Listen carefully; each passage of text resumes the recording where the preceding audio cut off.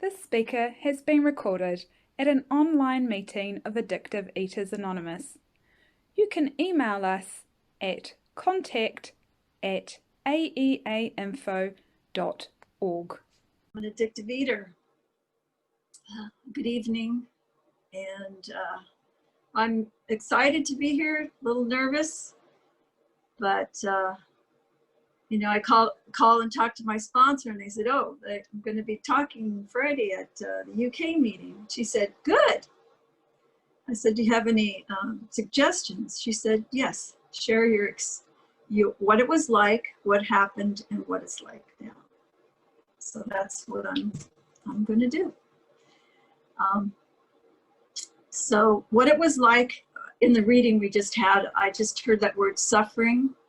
There was a lot of suffering before I came here, a lot of suffering, as I always felt like I didn't belong. I was raised in a religious family. I was the only girl. I had 4 brothers.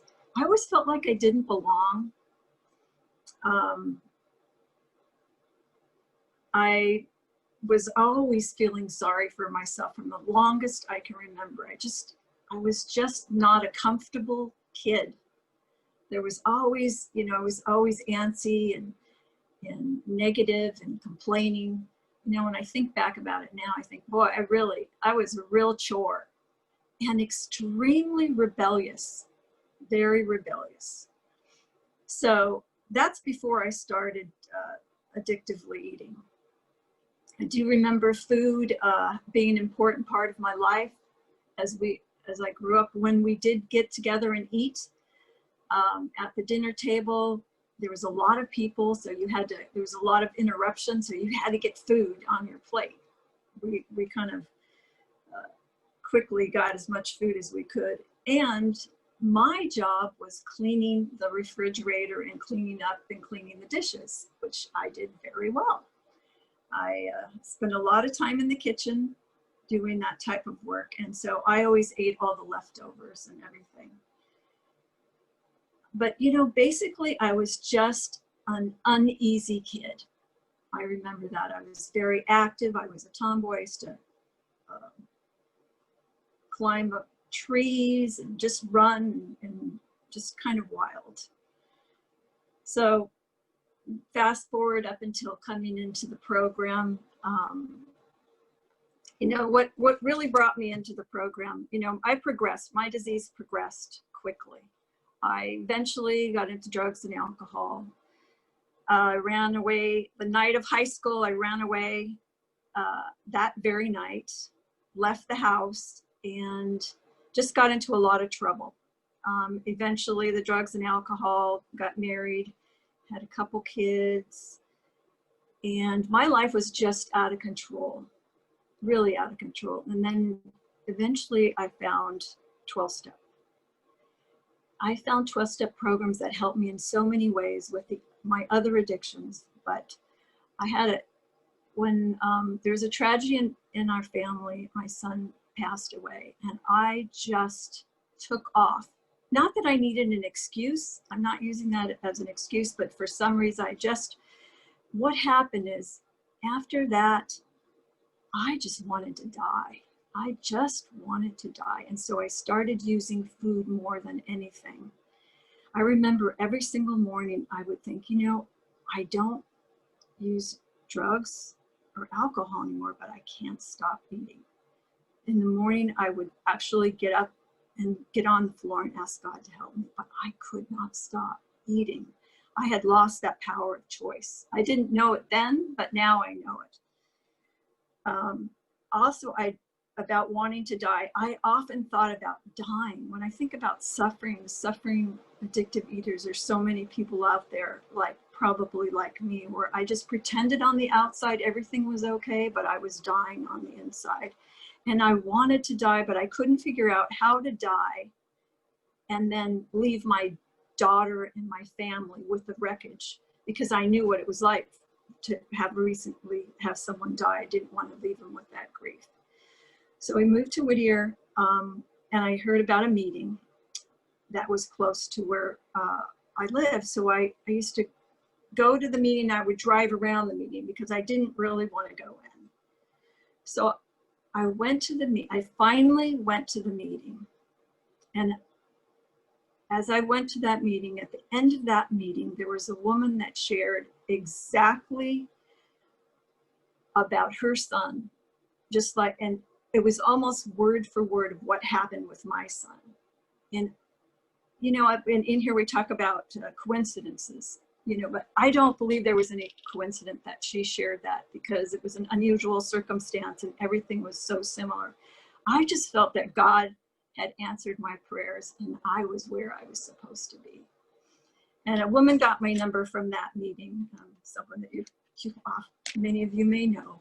And she called to ask me how I was doing. And of course I was fine, because I told her I was fine. And she said, well, would it be okay if, you know, we got together and I shared a little bit of my story with you? And I was desperate. So I said, yes, of course. I didn't want her to know I was desperate. But she met with me and she started telling me what she did. You know, she told me about calling a sponsor. She told me about, you know, what she did with her food. She told me about meetings. She told me about the steps. And she told me about the first bite, just like the same as the first drink. And that really, a seed was planted when she said that. But I'm going to tell you what, as she was talking, I was thinking, I don't want to do what she's doing. I do not want to do what this woman is doing, because it was extreme. There's no way that I wanted to do it.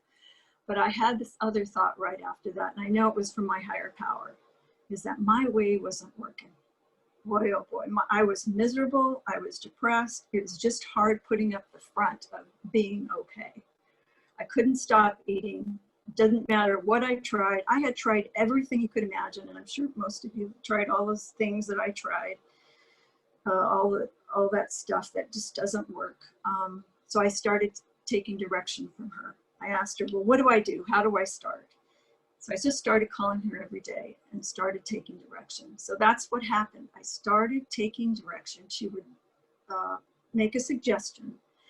And normally, you know, if someone makes a suggestion, I just shake my head, yes, okay, I'll do that, and not do it. But I started doing what she suggested slowly, little by little, because I wanted what she had. She was peaceful. She was happy. Her insides seemed to match her outsides. You know, I was just so tired of putting up a front. And little by little, I started, you know, to follow her direction. And eventually, I remember probably the first few weeks, especially after getting a food plan, because I do have a food plan now, I was very raw. It was like coming off drugs and alcohol. I was a little angry, I was tense, but eventually, and even to this day, I am no longer obsessed with food, which was a big thing for me, because, you know, it talks about the disease was centered in our mind. And for me, if food was in the refrigerator or something I wanted, you know, it would talk to me and I would just go get it constantly. I was completely obsessed. But as a result of this woman helping me, telling her story, and I'm so grateful for people that tell their story, reach out to newcomers, because if she hadn't done that, I don't know, you know, I really don't know what would have happened. As a result of that, you know, it's been quite a while, lots of days, lots of years, you know, but I'm still learning. What it's like now is, I have a sponsor, is a different sponsor now, but I do have a sponsor that I take direction from. She calls me out when I tell her stories, and she's not afraid to tell me the truth when I share something with her, and she sees it as not in line with a spiritual program.